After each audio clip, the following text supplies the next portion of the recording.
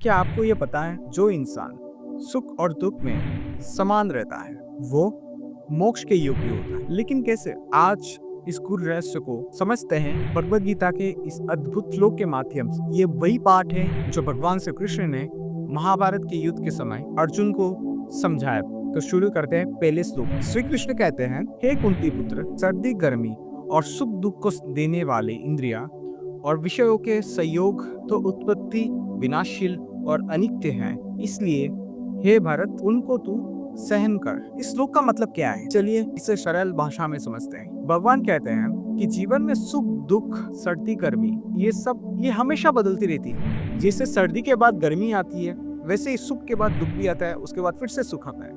ये सब परिस्थितियां स्थायी नहीं है। तो फिर हमको क्या करना चाहिए? भगवान इसका उत्तर साफ तरीके से देते हैं। वो कहते हैं हमें सहन करना चाहिए। संयम और धैर्य को अपनाना बहुत जरूरी है। जब हम परिस्थितियों को स्थायी पहचान नहीं बनाते तब हम सच्ची शांति और संतोष का अनुभव करते हैं। अब हम दूसरे श्लोक पे आते हैं जहाँ पे श्री कृष्ण कह रहे हैं, क्योंकि हे पुरुष श्रेष्ठ, दुख सुख को समान समझने वाले जिस धीर पुरुष को ये इंद्रिया और विषयों के संयोग व्याकुल नहीं करते वो मोक्ष के योग्य होता है। इस श्लोक में भगवान श्री कृष्ण क्या समझाने का कोशिश कर रहे हैं, आइए इसे हम सरल भाषा में समझते हैं। भगवान कहते हैं सुख और दुख हमारा जीवन का अभिन्न हिस्सा है। इनसे भागना हमारे प्रति संभव नहीं है। लेकिन अगर हम इन दोनों को समान रूप से स्वीकार करना सीख ले तो क्या होगा? तब हम एक ऐसी अवस्था में पहुंच जाएंगे जिसे हम मोक्ष कहते हैं। मोक्ष का मतलब सिर्फ मृत्यु के बाद का लिबरेशन नहीं है। ये एक मानसिक अवस्था है जहां आप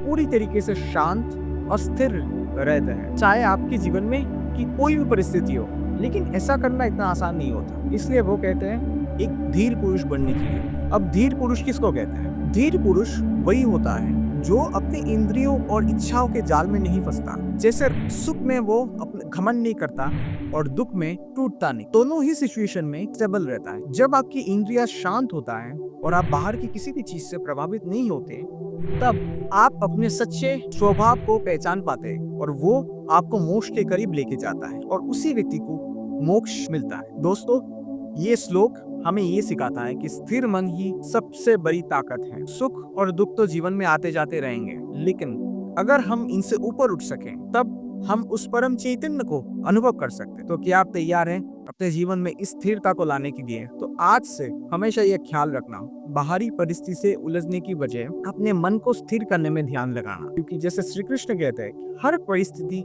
अस्थायी है और सहनशीलता ही हमारा सबसे बड़ा ताकत है। अगर आपको ये वीडियो अच्छा लगा तो इस वीडियो को लाइक करें, शेयर करें अपने दोस्तों के साथ और सब्सक्राइब करना तो बिल्कुल ना भूलें। हमेशा याद रखना, जीवन का हर परिस्थिति गुजर जाएगा, बस सहन करना आना चाहिए। धन्यवाद।